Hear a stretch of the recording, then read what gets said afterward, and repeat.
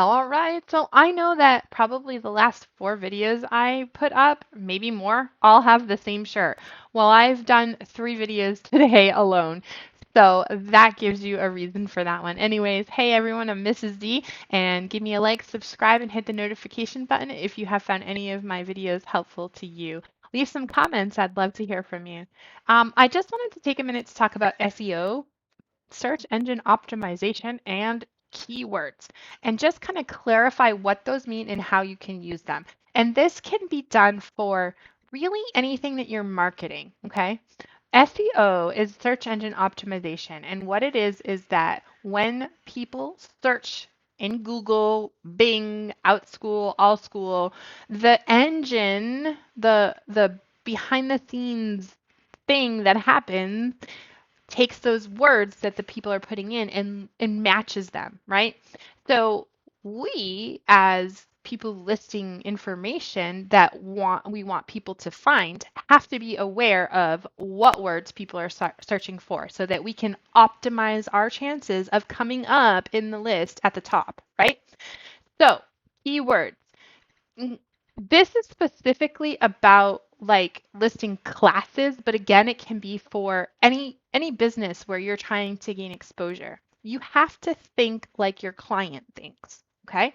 So, what words would your client use to search for your product? Not what words would you as an expert in the industry, in the field, use to explain your product, because sometimes we have terms within an industry that we will use with other people that are in that industry and we understand everything that we're saying, whereas like somebody outside of it has no idea what we're talking about, right?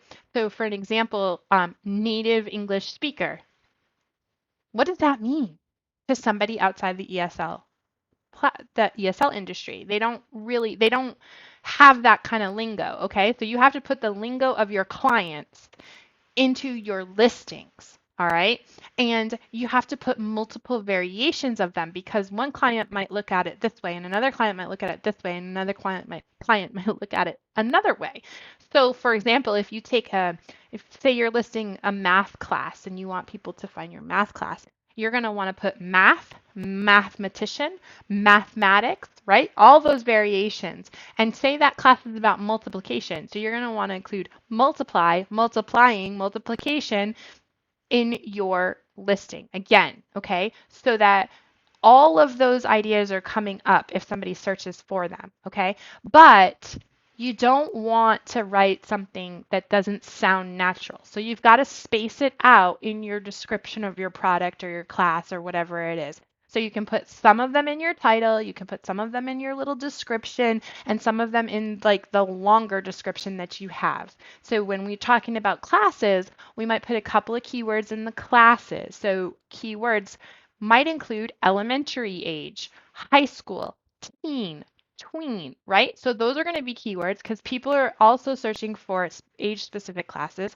And then like your subjects, English, writing, creative writing, storytelling, story creating, anything that you can think of as a version of that, you're going to want to put into all these different places, into your title, description, and class description, or your product title, product description, and then like the whole bigger description.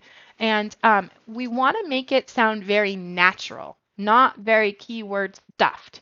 Okay, so we don't want to say math class for mathematicians about multiplying multiplication factors or whatever, right? I'm not a math teacher, but do you see how like that's not natural? Whereas elementary math practice, multiplication, and then under that, we have a little description where it says this is a one-time class where we mathematicians are practicing multiples of 2 and 9 and 13. Okay?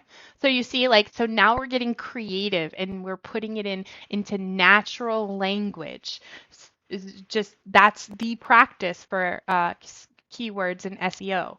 Um, and don't make a list. Like, okay, you only need the word one time for a search engine to find it. If you stuff a word 5 times into your description, the same word 5 times, It's not doing you any favors. It just kind of makes your product appear bad. It's just like it's a bad look, right?